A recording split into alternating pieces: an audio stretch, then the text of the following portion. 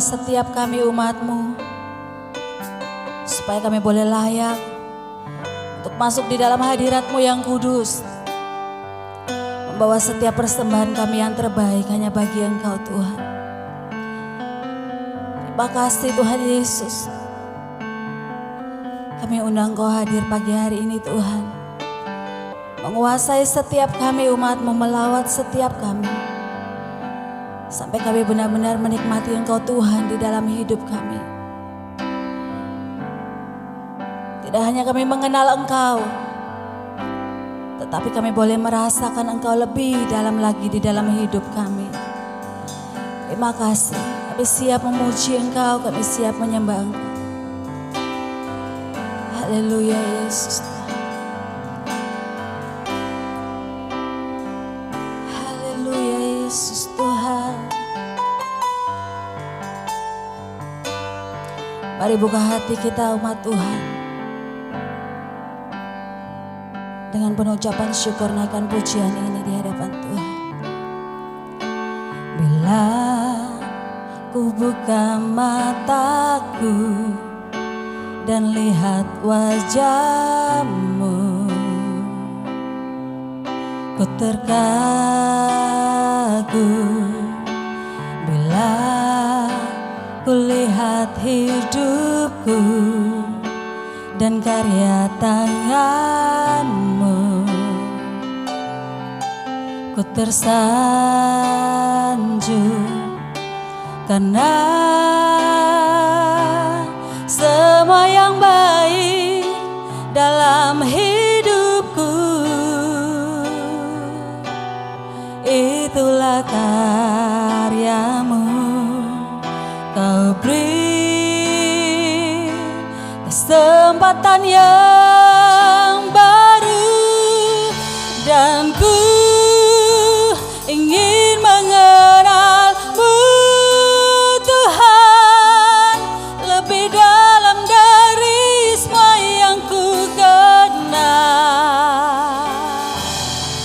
Tiada kasih yang melebihi-Mu, ku ada untuk menjadi penyembah-Mu. Mari dengan segenap hati. Bila ku buka mataku dan lihat wajah-Mu, ku terkagum. Bila ku lihat hidupku dan karya tangan-Mu, ku tersanjung karena semua yang baik dalam hidupku itulah karya-Mu. Kau beri kesempatan yang baru dan ku ingin mengenal-Mu Tuhan lebih dalam dari semua yang ku kenal. Tiada kasih, tiada kasih yang melebihi-Mu, ku ada untuk menjadi penyembah-Mu.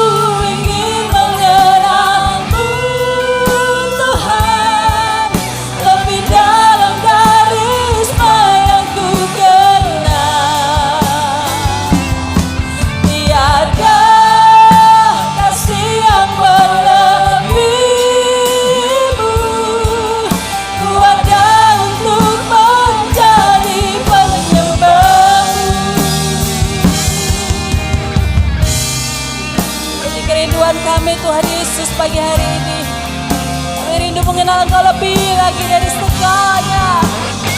Haleluya. Kau dahsyat di dalam hidup kami. Haleluya. Dan ku ingin mengenalmu Tuhan, lebih dalam dari semua yang ku kenal. Haleluya. Tiada kasih yang melebihimu, ku ada untukmu. Saya rindu umat Tuhan boleh bangkit berdiri bersama di dalam hadirat Tuhan. Katakan, dan ku ingin mengenalmu Tuhan, lebih dalam dari semua yang ku kenal. Tiada kasih yang melebihimu, ku ada untuk menjadi penyembahmu. Mari umat Tuhan dengan sepenuh hati nyatakan di hadapan Tuhan, lebih dari segalanya yang ada, kami mau dekat dengan Engkau, kami mau mengenal Engkau Tuhan, sampai kami boleh benar-benar merasakan Engkau Tuhan di dalam hidup kami. Haleluya Yesus Tuhan. Mari angkat tangan kita di hadapan Tuhan, naikkan pujian ini sebagai doa kita. Haleluya.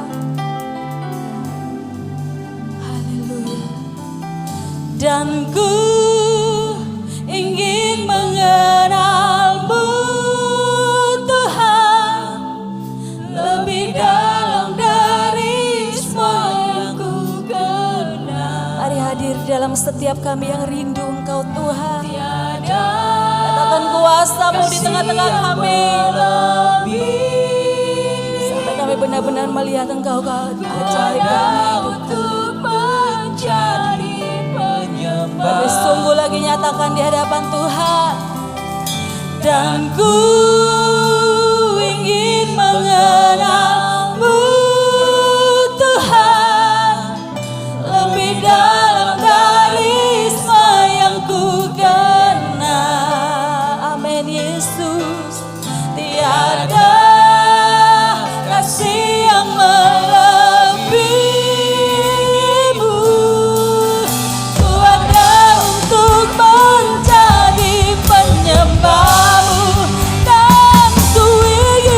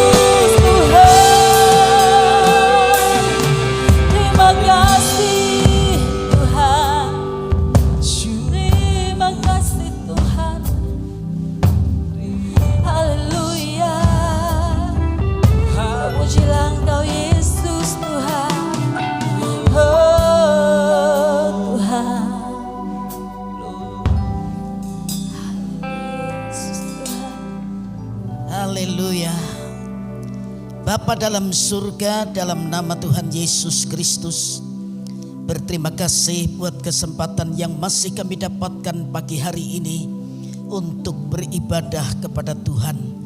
Dan kami menyerahkan ibadah pagi ini sepenuhnya dalam tangan Tuhan. Roh Kudus ambil pucuk pimpinan, urapan Tuhan yang dahsyat menyertai hamba-hamba Tuhan yang melayani pagi ini dalam bentuk apa saja. Dan urapan yang sama ada pada umatmu yang beribadah, baik secara onsite maupun secara online, supaya baik yang melayani dan yang dilayani sama-sama diberkati oleh Tuhan. Kami yakini ketika Roh-Mu ada di tengah-tengah kami, maka kuasa kegelapan sudah pergi dari tempat ini. Itu sebabnya dengan sukacita, dengan kebebasan kami akan memuji-muji nama Tuhan. Saudara-saudara kami yang masih dalam perjalanan, Tuhan lindungi, sertai tiba di tempat ini dengan sejahtera dan bersama-sama kami bersukacita masuk dalam hadirat Tuhan. Terima kasih Bapa di surga, kami buka ibadah yang diberkati Tuhan ini dalam nama yang ajaib, yaitu nama Tuhan Yesus Kristus. Haleluya, amin. Selamat beribadah, Tuhan memberkati kita semua. Kita tetap berdiri umat Tuhan. Shalom, shalom. Kasih tepuk tangan yang paling dahsyat buat Tuhan Yesus yang ajaib, amin. Saya rindu kita juga boleh kasih senyum ke kiri kanan kita. Kasih yang paling baik, karena kita mau bersama-sama bersukacita memuji dan memuliakan Tuhan. Karena kita percaya Dia Allah yang dahsyat, Allah yang luar biasa buat kita, amin. Sekali lagi kasih tepuk tangan yang paling meriah buat Tuhan Yesus yang ajaib. Haleluya, Yesus aku percaya.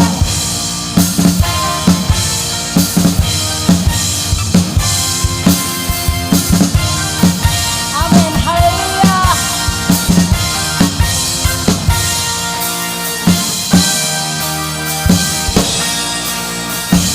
Sama-sama.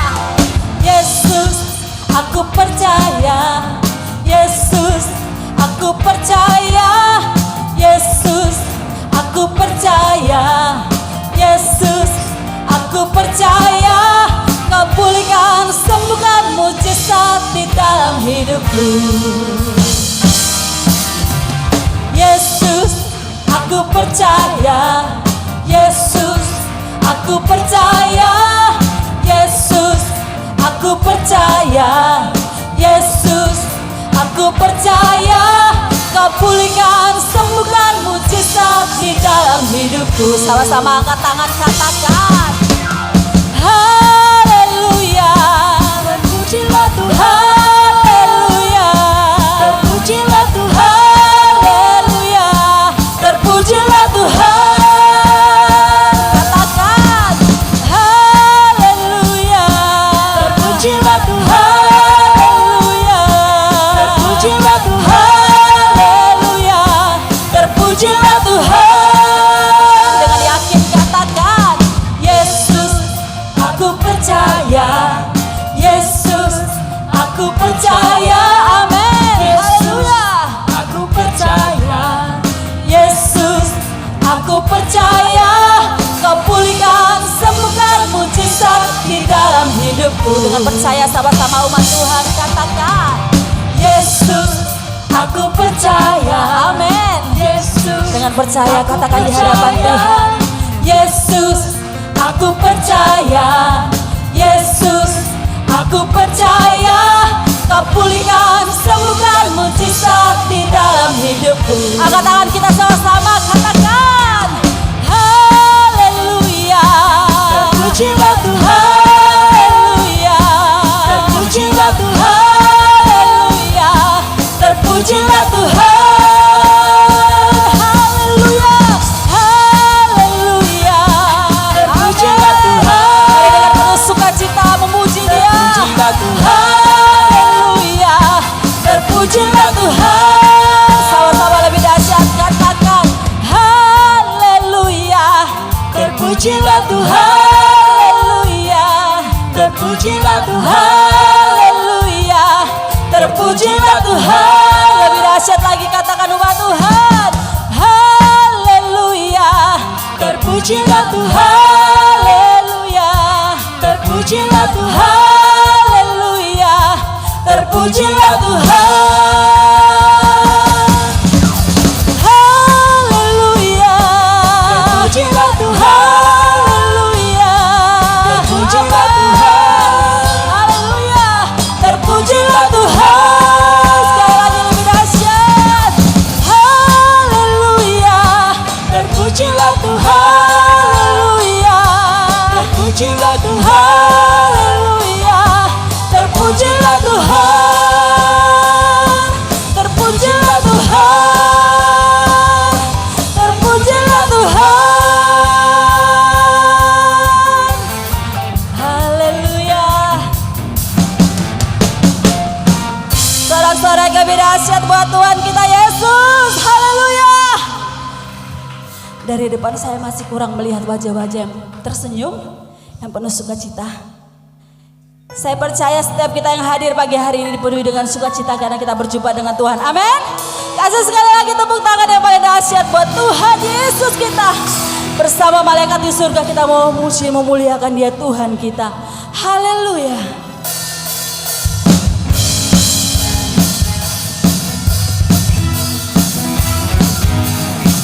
Hari lebih dahsyat lagi umat Tuhan. Kita mau beri yang terbaik buat Tuhan. Tuhan Engkau hadir, kuasa-Nya mengalir, melawat setiap hati kami. Roh-Mu membebaskan, Roh-Mu membangkitkan, kebesaran-Mu dinyatakan. Mari katakan, diselamatkan untuk menyembah. Datanglah kerajaan-Mu di dunia. Di hadapan tatamu seluruh jiwa menyatu, naikkan pujian senada dengan surga. Kami datang bersatu, sembah puji nama-Mu, semesta bersuka bersama dengan surga. Haleluya. Mari bersama memuji Tuhan kita yang luar biasa. Dia ajaib di dalam setiap hidup kita. Mari katakan bersama, Tuhan Engkau hadir, kuasa-Nya mengalir, melawat setiap hati kami. Amin. Roh-Mu membebaskan, Roh-Mu membangkitkan, kebesaran-Mu dinyatakan. Mari umat Tuhan katakan, diselamatkan untuk menyembah. Datanglah kerajaan-Mu di dunia. Di hadapan tatamu seluruh jiwa menyatu, nyanyikan pujian senada dengan surga. Kami datang bersatu, sembah puji nama-Mu, semesta bersuka bersama dengan surga. Haleluya. Kita percaya Dia hadir di tengah-tengah kita. Terima kasih Tuhan, Kau dahsyat di dalam hidup kami.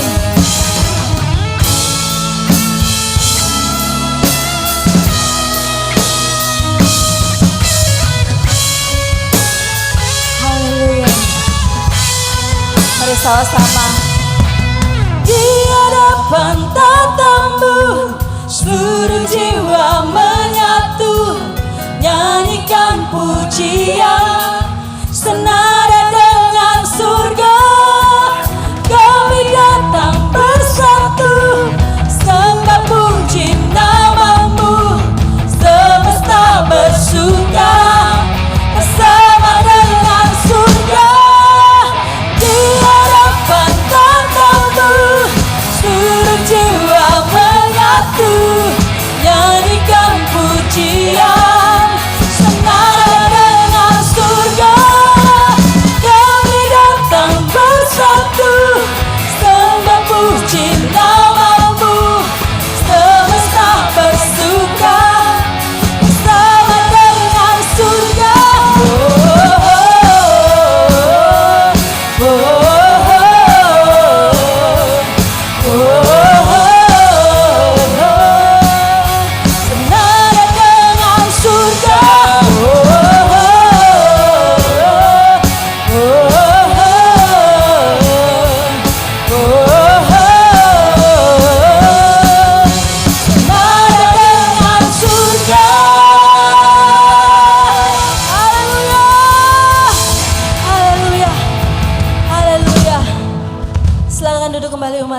kasih Tuhan.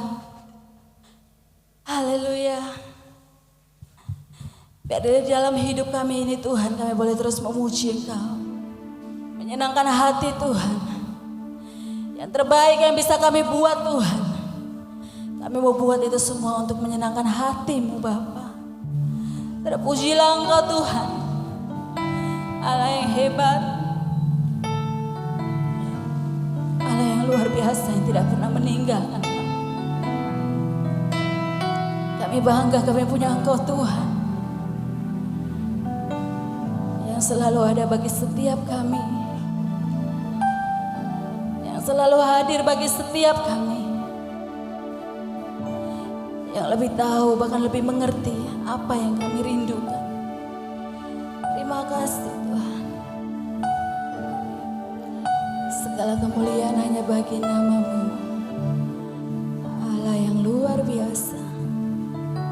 Oh haleluya.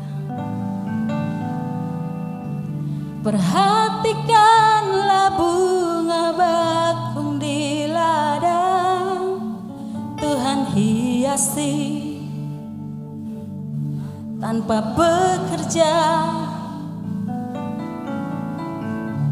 Apalagi kita orang percaya, Tuhan pelihara, Tuhan cukupkan. Perhatikan burung-burung di udara, Tuhan beri makan tanpa bekerja. Apalagi kita kesayangannya, Tuhan pelihara, Tuhan sediakan saat kau perlu. Tuhan tahu saat kau minta, Tuhan dengar. Saat percaya, Tuhan bekerja. Saat menangis, Tuhan tahu. Saat berdoa, Tuhan dengar. Saat bersyukur, Tuhan berkati. Dengan iman kita menaikkan pujian ini. Perhatikan bunga bakung di ladang, Tuhan hiasi tanpa bekerja. Amin. Apalagi kita orang percaya, Tuhan pelihara, Tuhan cukupkan. Amin. Perhatikan burung-burung di udara, Tuhan beri makan tanpa bekerja. Apalagi kita kesayangannya, Tuhan pelihara, Tuhan sediakan. Saat kau perlu, Tuhan tahu. Saat kau minta, Tuhan dengar. Saat percaya, Tuhan bekerja. Saat menangis, Tuhan tahu. Saat berdoa, Tuhan dengar. Saat bersyukur, Tuhan berkati. Oh, saat kau perlu, Tuhan tahu. Saat kau minta, Tuhan dengar. Saat percaya, Tuhan bekerja. Saat menangis, Tuhan tahu. Saat berdoa, Tuhan dengar. Saat bersyukur, Tuhan berkati. Mari dengan iman kita mau naikkan pujian ini. Saat kau perlu, Tuhan tahu. Saat kau minta, Tuhan percaya Dia Allah tidak pernah meninggalkan. Percaya Tuhan bekerja. Terima kasih buat keberadaan Tuhan di dalam hidup kami. Saat menangis, Allah yang baik, Bapa yang setia. Saat berdoa, Tuhan dengar. Saat bersyukur, mari angkat tangan kita di hadapan Tuhan dengan sungguh, katakan ini. Saat kau perlu, Tuhan tahu. Saat kau minta, Tuhan dengar.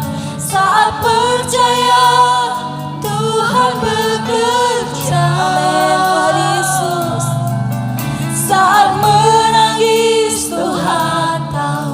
Saat berdoa, Tuhan dengar. Saat bersyukur, Tuhan berkati. Oh, saat kau perlu, Tuhan tahu. Saat kau minta, Tuhan dengar. Saat percaya, Tuhan bekerja. Saat menangis, Tuhan tahu. Saat berdoa, Tuhan dengar. Saat bersyukur, Tuhan berkati. Sekali lagi saya undang umat Tuhan boleh bangkit berdiri bersama di dalam hadirat Tuhan. Saat kau perlu, Tuhan tahu. Saat kau minta, Tuhan dengar. Saat percaya, Tuhan bekerja. Saat menangis, Tuhan tahu. Saat berdoa, Tuhan dengar. Saat bersyukur, Tuhan berkati. Oh, saat kau perlu, Tuhan tahu. Saat kau kasih Tuhan Yesus, haleluya. Saat percaya, Tuhan bekerja. Sekali-kali Engkau tidak pernah meninggalkan kami umat-Mu, Tuhan. Saat menangis, Tuhan tahu. Saat berdoa, Tuhan dengar. Saat lebih dahsyat lagi, nyatakan di hadapan Tuhan dengan iman kita. Haleluya. Saat kau perlu, Tuhan tahu. Saat saat percaya, Tuhan bekerja. Saat menangis, Tuhan tahu. Saat berdoa, Tuhan. Saat bersyukur, Tuhan berkati.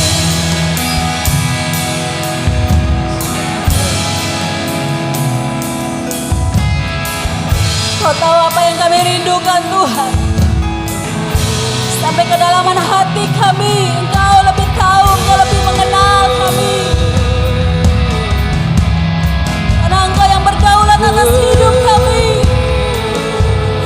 Karena Engkau yang punya kuasa atas hidup kami. Terima kasih buat segalanya, Tuhan. Terima kasih karena Engkau tidak pernah meninggalkan kami. Selalu ada bagi setiap kami umat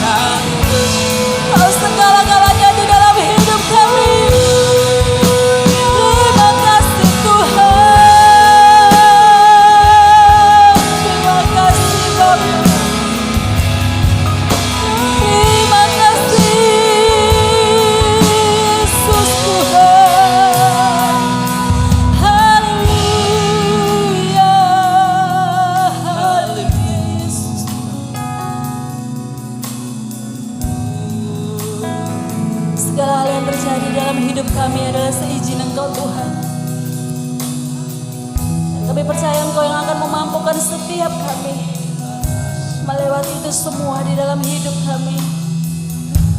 Kau Allah yang setia, Allah yang tidak pernah meninggalkan kami.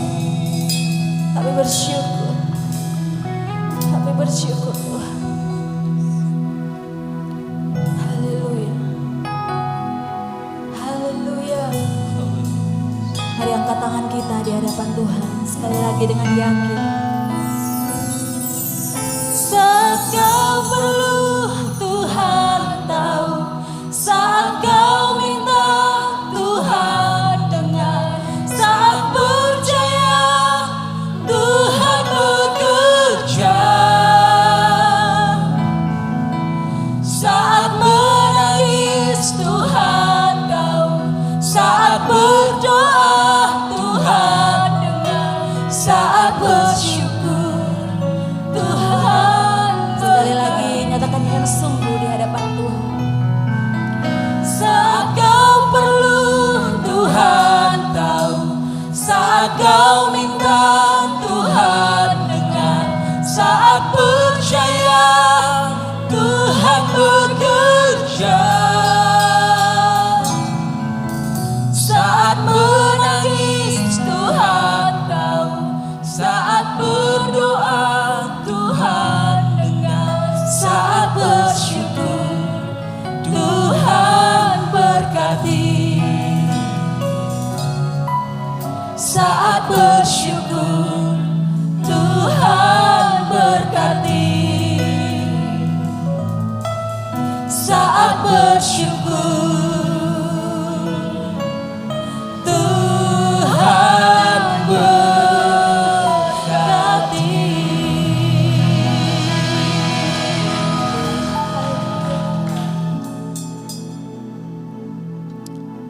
Engkau mengetahui setiap pergumulan hati kami Tuhan. Bahkan pergumulan-pergumulan yang mungkin tidak pernah kami katakan, tidak pernah kami ceritakan kepada orang lain. Engkau tahu kedalaman hati kami Tuhan. Dan pagi hari ini, saat kami datang di hadirat-Mu, Engkau tahu Tuhan. Engkau mendengar. Bahkan saat kami percaya, Engkau bekerja melakukan sesuatu yang terbaik bagi kami. Segala sesuatu yang mungkin selama ini kami anggap mustahil terjadi. Segala sesuatu yang mungkin selama ini kami rasakan begitu berat menindih hidup kami. Tapi saat kami menangis di hadapan Tuhan, Engkau angkat semua beban kami Tuhan. Terima kasih buat pagi hari ini. Terima kasih di mana kami boleh berjumpa dengan Engkau di dalam rumah-Mu di tempat ini Tuhan. Kami siap Tuhan. Berbicaralah Engkau melalui hamba-Mu Tuhan. Sampaikan apa yang menjadi kehendak-Mu untuk kami lakukan dalam hidup kami. Kami mau belajar taat Tuhan. Kami buka hati kami untuk kebenaran firman Tuhan. Dalam nama Tuhan Yesus. Amin. Shalom Bapak Ibu Saudara yang dikasihi Tuhan. Silakan duduk.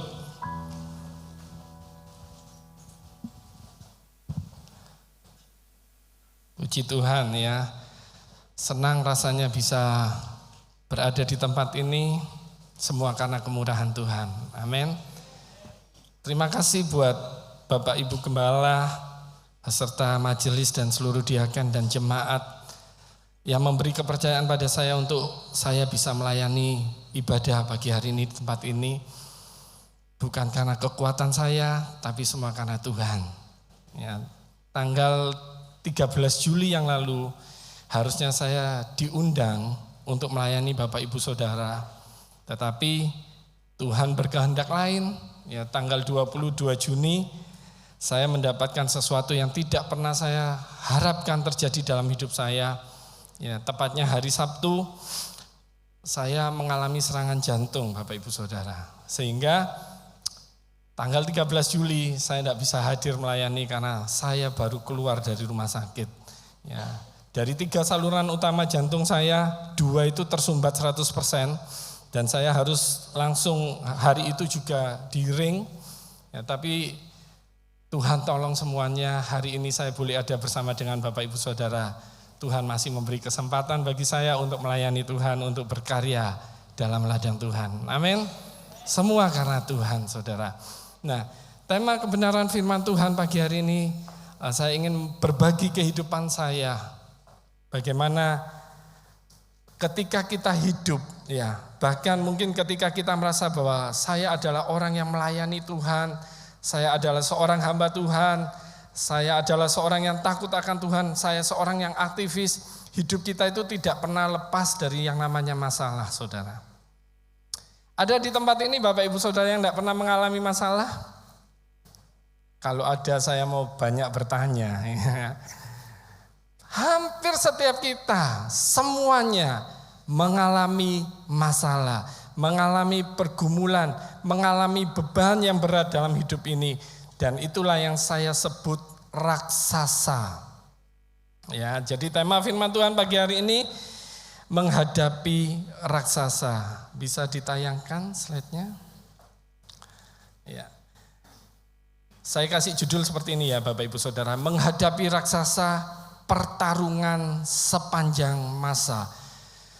Kenapa pertarungan sepanjang masa? Karena selama kita hidup, kita itu akan selalu menghadapi yang namanya raksasa. Raksasa itu bisa mengenakan banyak wajah. Raksasa itu bisa berbicara tentang sakit penyakit kita. Raksasa bisa bicara tentang pergumulan-pergumulan hidup kita, masalah keluarga kita, anak istri kita itu bisa menjadi raksasa di hadapan kita. Pekerjaan kita, kesulitan-kesulitan yang kita hadapi dalam pekerjaan, jalan buntu yang sedang kita hadapi di dalam kehidupan kita, itu menjadi sebuah raksasa yang hadir di dalam perjalanan hidup kita. Dan itu merupakan pertarungan sepanjang masa. Karena mungkin kita berhasil mengalahkan raksasa yang ini. Raksasa yang ini tumbang, datang lagi raksasa berikutnya. Apakah saudara setelah mengalami permasalahan dan saudara berhasil menyelesaikan masalah saudara dengan baik, terus selama itu saudara tidak mengalami masalah lagi? Tidak kan? Masalah satu selesai, datang masalah dua. Masalah dua selesai, datang masalah yang ketiga. Begitu seterusnya, itulah kehidupan kita.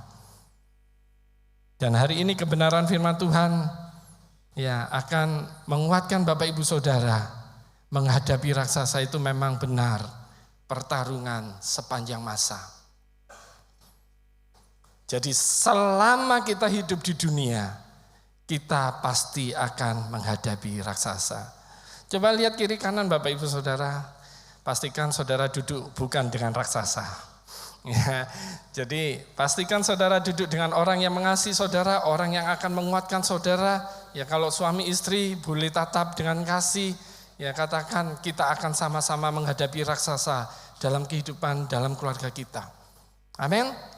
Bapak Ibu Saudara, mari kita buka ayatnya dalam 1 Samuel 7 ayat 1 sampai ayat yang 11, tapi saya akan baca secara berurutan ya. 1 Samuel 7 ayat 1 sampai ayat 11, saya baca ayat 1 terlebih dahulu. Orang Filistin mengumpulkan tentaranya untuk berperang. Mereka berkumpul di Soko yang di tanah Yehuda dan berkemah di antara Soko dan Aseka di Efes Damim. Ayat yang kedua,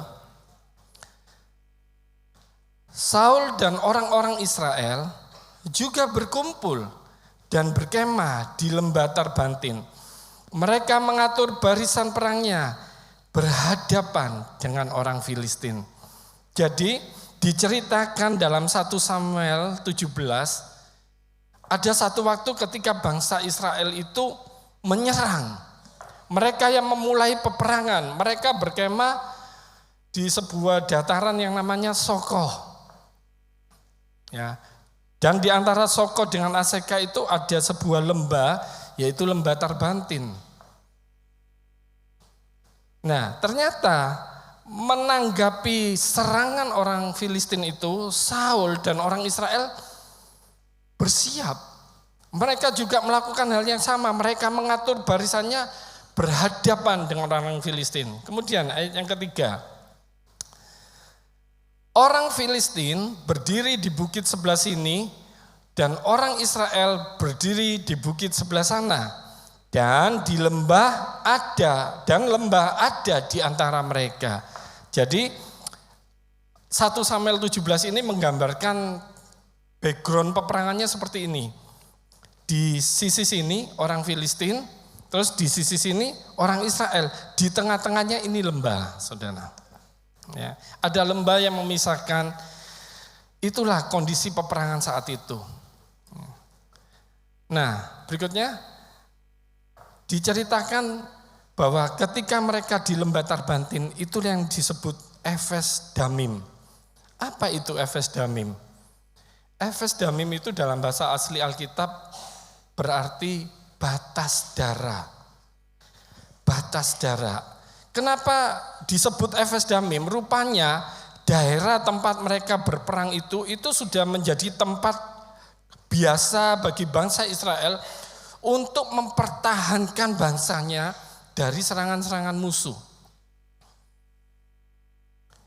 Efes Damim, lembah yang ada di antara Soko dan Aseka itu adalah sebuah tempat bagi bangsa Israel mempertahankan mati-matian bangsanya sehingga tidak dikalahkan oleh bangsa lain. Walaupun sampai banyak darah yang tercurah di situ, mereka akan berusaha mati-matian untuk mempertahankan bangsanya. Nah, saudara, jauh ke depan, ya, itu merupakan interpretasi simbolis kemenangan. Bahwa di Efes Damim itu, ya, itulah simbol kemenangan bangsa Israel. Mereka berjuang dengan segenap kekuatan mereka untuk menghadapi raksasa-raksasa, yaitu bangsa-bangsa lain yang mengincar bangsa mereka, yang berusaha mengalahkan bangsa mereka. Dan itu juga menjadi sebuah gambaran.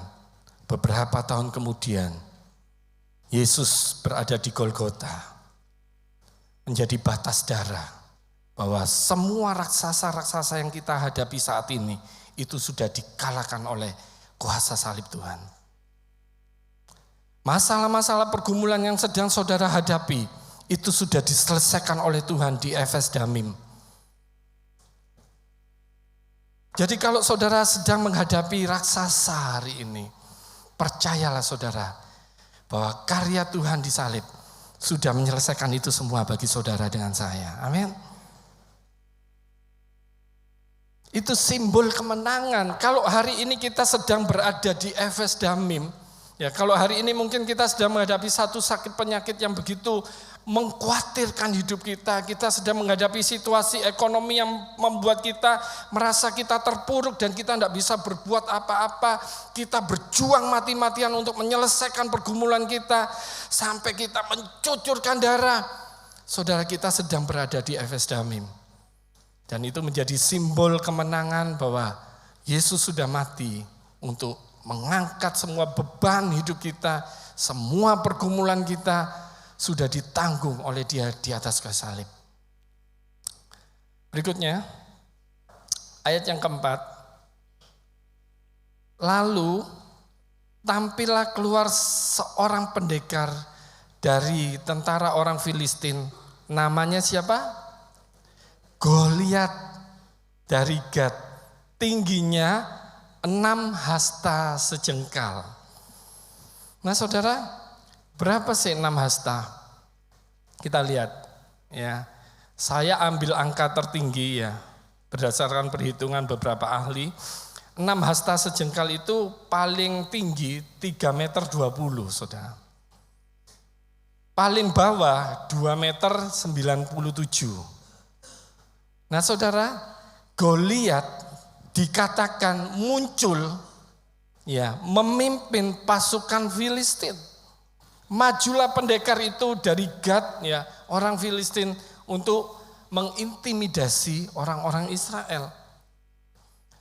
Dan diceritakan tingginya 6 hasta sejengkal, yaitu kurang lebih 2,90 meter sampai 3,20 meter. Nah ini kalau ada sekarang orang yang tingginya seperti ini, pasti dilirik oleh NBA ya untuk main basket. Karena enak ya, ringnya enggak terlalu jauh, saudara. Ukuran rata-rata prajurit itu 1,70, ya 1,70 meter. Itu ukuran standar minim seorang prajurit. Nah, saudara bisa bayangkan ketika Goliat ini hadir, dia benar-benar menjadi sebuah raksasa yang menakutkan bagi bangsa Israel. Belum lagi nanti kita baca ayat berikutnya. Ayat 5 sampai ayat yang ke-6. Ketopong tembaga ada di kepalanya, dan ia memakai baju sirah yang bersisik. Berat baju sirah ini 5.000 sikal tembaga. Dia memakai penutup kaki dari tembaga, dan di bahunya ia memanggul lembing tembaga. Saudara diceritakan ya, Goliat itu bukan hanya hadir dengan apa adanya, tetapi diceritakan ada ketopong tembaga di kepalanya. Kemudian dia mengenakan baju sirah yang bersisik. Ya, di dalam baju sirah itu ada baju bagian dalam yang melapisi juga dari tembaga yang biasanya dipakai oleh prajurit-prajurit pada zaman itu. Untuk apa? Melindungi dia dari tusukan. Sehingga Goliat ini benar-benar diperlengkapi luar biasa. Terus dia masih memakai penutup kaki dari tembaga. Bahkan di bahunya dia memanggul lembing tembaga, masih ada senjata lagi. Jadi ini raksasa yang bukan hanya badannya besar, tetapi raksasanya benar-benar raksasa yang menakutkan. Raksasa yang lengkap dengan senjatanya, raksasa yang sepertinya tidak mungkin untuk dilawan, tidak mungkin untuk diserang, tidak mungkin untuk dirobohkan. Nah, hari itu bangsa Israel menghadapi kenyataan ini. Terus ayat yang ke-7, lanjut tentang Goliat ya. Gagang tombaknya seperti pesa tukang tenun, dan mata tombaknya itu 600 sikal besi beratnya, dan seorang pembawa perisai berjalan di depannya. Masih ada lagi saudara ya, mata tombaknya itu dikatakan 600 sikal besi beratnya. Nanti kita lihat berapa sih berat-berat dari senjata Goliat itu. Dan bukan cuma itu, Alkitab terus menerangkan bahwa seorang pembawa perisai berjalan di depannya. Wow. Sebuah pemandangan yang menurut saya luar biasa kalau kita bisa membayangkan kita ada di tempat itu saat itu. Hanya untuk membawa perisai itu perlu satu orang. Alkitab mencatat dalam bahasa aslinya itu perisai itu begitu besar saudara. Sehingga perlu satu orang untuk khusus membawa perisai Goliat. Jadi harus seirama dengan Goliat ketika berperang. Untuk melindungi Goliat dari serangan musuh. Jadi raksasa yang dihadapi oleh bangsa Israel hari itu benar-benar sebuah raksasa yang mereka belum pernah lihat sebelumnya. Pendekar yang dikatakan dari Gad itu mereka tidak pernah lihat, dan tiba-tiba ada hari itu di hadapan mereka. Terus kita lihat ya perlengkapan senjata perang dari Goliat itu. Ketopong tembaganya itu kalau diperkirakan sekitar 3 kilo. Ya, kita pakai helm aja kadang-kadang sudah terlalu berat saudara. Ini 3 kilo, ya 3 kilo dipakai pada saat berperang melakukan aktivitas yang begitu berat. Kalau bukan orang yang terlatih tidak akan mampu. Terus baju sirah bersisiknya itu beratnya itu sekitar 79 kilogram. Wow, saudara kita ngangkat beras 25 kilo itu sudah berat ya. Ini bajunya itu 79 kilogram. Saudara bisa bayangkan. Benar-benar sebuah kekuatan yang luar biasa yang harus dihadapi oleh orang Israel. Belum lagi penutup kaki tembaganya itu kurang lebih 3 kilogram. Nah, lembing tombaknya itu kalau ditotal itu sekitar 41 kilo. Jadi kayak beras 50 kilo tombaknya itu saudara. Saudara bisa bayangkan kalau orang kena, enggak usah ditusuk wis ya. Kena pentung sedikit aja, tul gitu. Wis berat itu saudara. 79 kilo, 41 kilo. Nah pembawa perisainya, ya perisainya itu sekitar 20 kilo. Benar-benar besar, saudara. Inilah perlengkapan senjata perang Goliat. Jadi saya bisa membayangkan orang Israel saat itu sedang dihadapkan kepada situasi yang benar-benar menakutkan. Sebuah ancaman yang membuat mereka bisa menjadi putus asa. Sebuah ancaman yang benar-benar serius. Dan mereka merasa tidak punya kekuatan untuk menghadapi ancaman ini. Ada 3 prinsip untuk menghadapi raksasa. Ya. Hari ini sebenarnya temanya berseri, saudara. Ibadah 1, ibadah Mandarin sampai ibadah sore itu lanjut semua. Jadi ada 9 prinsip yang ingin saya bagikan. Dan ibadah 1 ini kita bagi 3 prinsip untuk Bapak Ibu Saudara dengan tema menghadapi raksasa. Yang kedua nanti ibadah Mandarin medan pertempuran, dan yang ketiga ibadah sore nanti merobohkan raksasa. Kalau Bapak Ibu Saudara punya waktu untuk hadirlah supaya saudara bisa punya bekal untuk menghadapi raksasa dalam hidup saudara. Ya, 3 prinsip untuk menghadapi raksasa. Prinsip yang pertama, pertarungan melawan raksasa tidak bisa dihindari. Pertarungan ini harus dihadapi. Kita sudah baca ayat-ayatnya tadi, bahwa ada satu waktu, ya, tidak ada permintaan. Bangsa Israel tidak mau berperang, saudara. Tetapi sekonyong-konyong, ya, bangsa Filistin itu datang mendekati bangsa Israel untuk mau merebut bangsa Israel menjadi kekuasaan bagi bangsanya. Mau tidak mau apa yang harus dilakukan oleh bangsa Israel?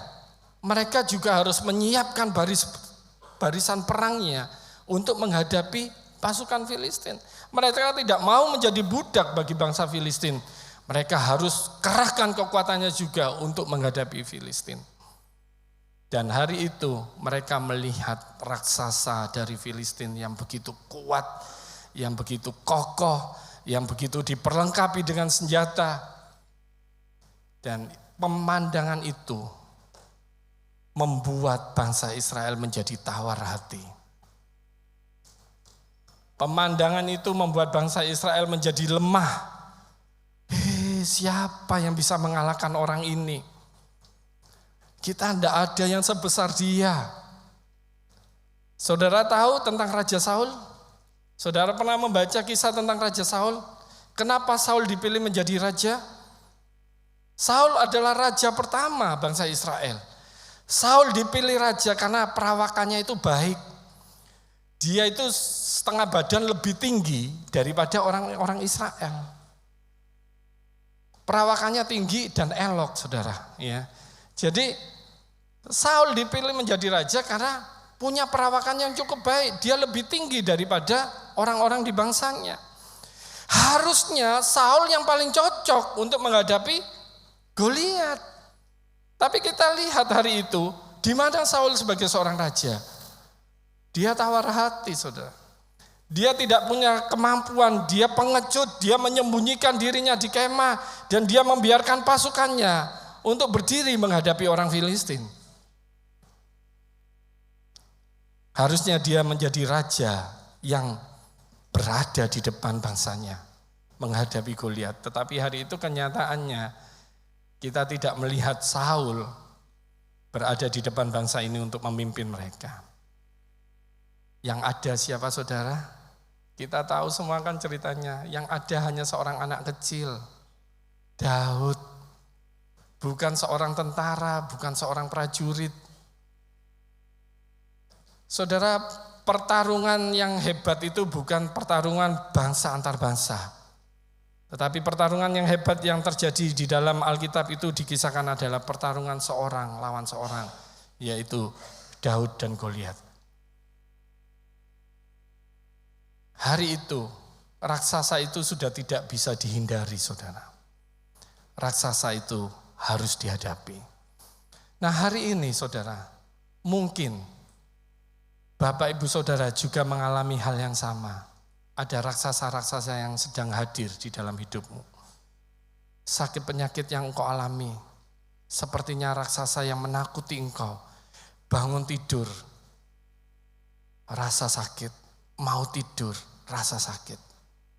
Mungkin pergumulan ekonomi yang sedang kau hadapi, pekerjaan, Mungkin masalah hubungan keluarga yang sedang kau hadapi.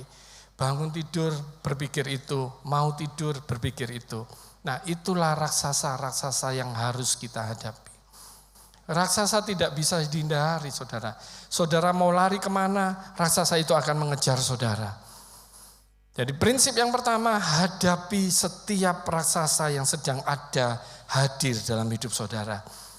Jangan pernah menghindari raksasanya, karena saudara harus ingat bahwa raksasa itu sudah diselesaikan oleh Tuhan Yesus di atas kayu salib. Saudara hanya tinggal percaya, membawa kuasa Tuhan, memanifestasikan kuasa Tuhan terjadi menyertai langkah saudara. Amin. Terus lanjut. Ayat yang ke-8. Ia berdiri dan berseru kepada barisan Israel. Katanya kepada mereka, mengapa kamu keluar untuk mengatur barisan perangmu? Bukankah aku seorang Filistin dan kamu adalah hamba Saul? Pilihlah bagimu seorang dan biarlah ia turun mendapatkan daku. Terus ayat 9. Jika ia dapat berperang melawan aku dan mengalahkan aku, maka kami akan menjadi hambamu. Tetapi jika aku dapat mengungguli dia dan mengalahkannya, maka kamu akan menjadi hamba kami dan takluk kepada kami. Ayat yang 10. Pula kata orang Filistin itu, aku menantang hari ini barisan Israel. Berikanlah kepadaku seorang supaya kami berperang seorang lawan seorang. Nah, saudara perhatikan ya. Goliat itu mulai bicara. Dia bukan hanya maju ke depan begini, terus nantang bangsa Israel yang posisinya berada lebih tinggi memang. Ya, karena Goliat itu turun dari dataran yang lebih tinggi, kemudian itu lembah dan bangsa Israel masih berada di dataran yang lebih tinggi di sisi seberangnya. Goliat turun, saudara. Terus dia menantang bangsa Israel hari ini, ya, nggak perlu bangsa lawan bangsa. Jangan libatkan semua prajurit. Turun salah satu, hadapi aku. Kalau aku kalah, maka bangsa Filistin menjadi budak bangsa Israel. Tapi kalau Israel kalah, Israel menjadi budak bagi orang Filistin. Goliat hadir, ya, bukan hanya hadir berdiri saja, tapi Goliat itu memberikan tantangan, saudara.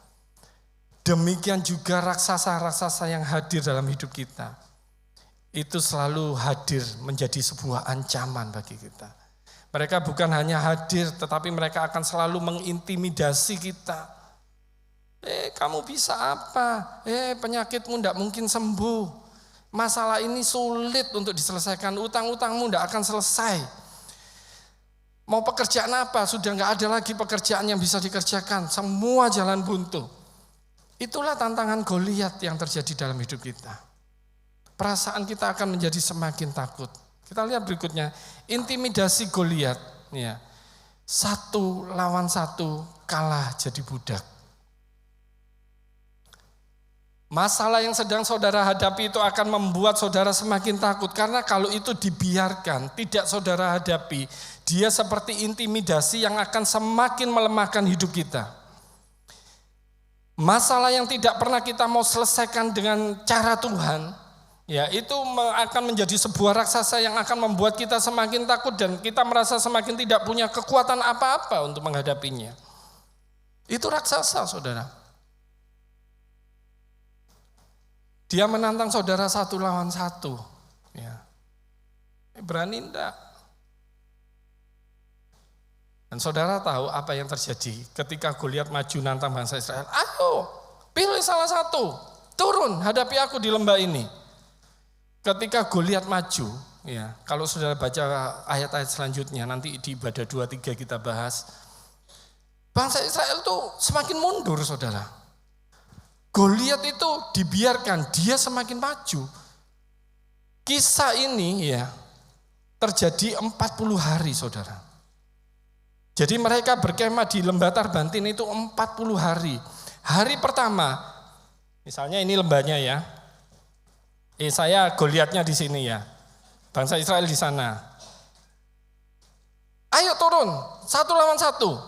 Tidak ada yang berani hari pertama. Hari kedua, Goliat maju, saudara. ayo turun, hadapi aku. Tidak ada yang maju, Goliat turun lagi. Ayo turun hadapi aku, Goliat maju lagi. Hari berikutnya dia semakin maju dan semakin dekat dengan bangsa Israel. Nah, saya mau katakan pada Bapak Ibu Saudara, raksasa yang kita hadapi, kalau itu kita biarkan, dia akan semakin maju dan mengambil alih wilayah teritorial kita. Kenapa? Intimidasi.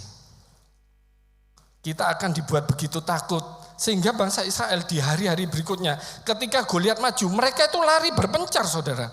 Diceritakan, ada ayatnya. Mereka lari berpencar untuk menghindari, mereka takut kalau dipilih oleh Goliat. Kamu aja lawan saya.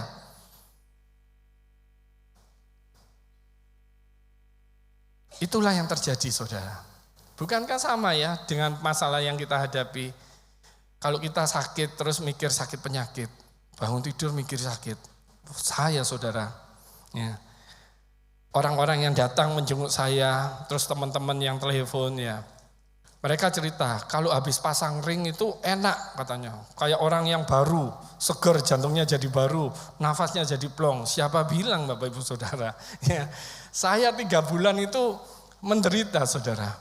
Ya, setelah proses pemasangan ring itu saya menderita, saudara. Tapi puji Tuhan ya, saya berterima kasih pada GPPS Sawahan, karena saya di jadwal itu saya tidak jadi mati. Ya, karena saya ingat saya masih punya tanggungan, saya masih harus melayani di GPPS Sawahan ya. Jadi Tuhan masih kasih kesempatan saya untuk melayani Bapak Ibu Saudara. Dan ibadah Mandarin setelah saya sembuh dari rumah sakit, kira-kira bulan Juli ya, bulan Juli itu saya melayani di ibadah Mandarin. Pulang dari tempat itu ya, saya diajak makan Pendeta David. Kemudian saya merasa badan saya tidak nyaman, seperti serangan yang kedua gitu, saudara. Dan saya minta pamit sama David waktu itu ya, saya mohon izin saya pulang duluan, sampai rumah saya tidur, saudara. Kenapa? Saya merasakan ada sesuatu yang tidak nyaman dalam tubuh saya. 3 bulan saya menghadapi raksasa itu, saudara. Ya, bangun tidur. Lihat tuh, jantungmu, rasa enggak dadamu sakit? Rasa enggak, ini sakit, rasanya semua badan tuh jadi sakit, saudara. Oh, saya bergumul, saudara, ini raksasa yang harus saya hadapi.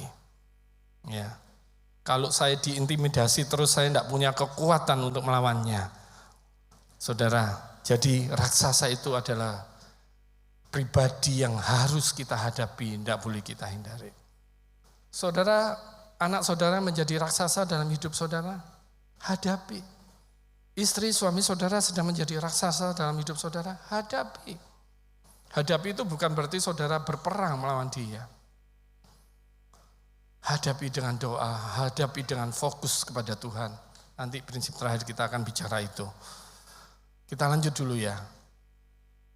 Ayat yang ke-11. Ketika Saul dan segenap orang Israel mendengar perkataan orang Filistin itu, maka cemaslah hati mereka dan sangat ketakutan. Loh ya saudara, apa yang dikatakan oleh firman Tuhan? Saya tidak bohong kan? Ketika Saul dan segenap orang Israel mendengar ucapan Goliat tadi, cemaslah hati mereka dan sangat ketakutan. Mereka melihat keadaan yang begitu besar yang menakutkan, sehingga melemahkan seluruh kekuatan yang mereka miliki. Mereka tidak berani mencoba. Kenapa? Melihat realitanya terlebih dahulu. Wes ini besar sekali. Gak mungkin ada orang yang mampu melawan dia. Karena diintimidasi. Sebenarnya kalau bangsa Israel mau maju berperang sama-sama pun tidak ada masalah.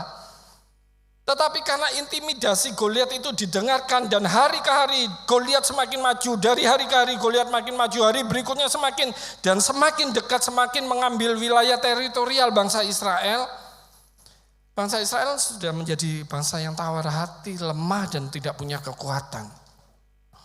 Karena sudah menjadi titik pijak bagi Goliat untuk menunjukkan kehebatannya. Masalah itu juga seperti itu, saudara. Kalau dibiarkan dan kita tidak berusaha menyelesaikannya, masalah itu akan menggerogoti hidup kita dan membuat kita akan menjadi sangat ketakutan. Prinsip yang kedua, ya, Tantangan raksasa itu membuat kita takut. Ya, tantangannya tidak boleh dibiarkan. Ya, seperti Goliat tadi menyampaikan tantangan, menyampaikan intimidasinya. Nah itu tidak boleh dibiarkan Bapak Ibu Saudara. Tapi kita lihat selama 40 hari bangsa Israel tidak mengambil tindakan apa-apa. Tiap hari mereka mendengar Goliat berkata, ayo turun, lawan aku, 1 lawan 1. Tiap hari, 40 hari pagi sore, Goliat itu berdiri nunggu bangsa Israel, ada yang mengirimkan wakilnya. Saudara bisa bayangkan 40 hari itu tidak sebentar. 40 hari mereka dengar kata-kata yang sama terus dari Goliat. Itu intimidasi yang meracuni hidup. Masalah itu seperti itu saudara. Sakit penyakit yang saudara bapak ibu hadapi ya seperti itu. Pergumulan-pergumulan berat, keadaan-keadaan yang menekan itu seperti itu adanya. Mengancam hidup kita, semakin mengambil wilayah hati kita. Sehingga harusnya apa yang kita ingat, yang penting kita ingat, kita tidak ingat lagi. Firman Tuhan yang harusnya kita ingat, kita tidak ingat lagi. Karena apa? Hanya ingat pada masalahnya. Apa yang harusnya kita lupakan, tapi enggak. Yang kita lupakan harus diingat terus. Karena raksasa itu ada di depan mata kita. Tantangan raksasa enggak boleh dibiarkan. Saudara harus menepis semua intimidasi raksasa-raksasa yang hadir dalam hidup saudara. Saudara harus menepis bahwa saudara tidak punya kekuatan untuk menghadapi raksasa tersebut. Karena roh yang di dalam kita jauh lebih besar daripada raksasa yang kita hadapi. Oke, lanjut. Prinsip yang terakhir, prinsip yang ketiga. Ketika kita fokus pada raksasa, kita itu tersandung, saudara. Tapi ketika kita fokus pada Allah, justru raksasa kita yang terjungkal. Paham, saudara? Kalau kita hanya fokus pada sakit penyakit kita, kalau kita fokus hanya pada masalah kita, beban kita, kita fokus pada keluarga kita yang berantakan, kita fokus pada istri kita yang mungkin menyakiti kita, kita fokus pada anak-anak kita yang memberontak terhadap kita, dan itu mengambil alih pikiran kita, menyita waktu kita, menyita pikiran kita. Saudara, fokus kita itu hanya pada raksasanya. Sehingga kita mulai kehilangan fokus pada Tuhan. Itulah yang membuat kita kalah. Prinsip ini berkata ketika kita fokus pada raksasa, kita yang tersandung, saudara. Tapi ketika kita fokus pada Allah, ya raksasa kita itu akan terjungkal. Amin. Saudara, besar mana sih uang koin 100 sama matahari? Besar mana? Uang koin 100 rupiah atau 500 rupiah sama matahari besar mana? Tidak ada yang tahu. Besar matahari kan? Tapi saya mau beritahu pada Bapak Ibu Saudara, uang koin 100 itu bisa lebih besar dari matahari kalau Bapak Ibu Saudara taruh di mata saudara. Betul?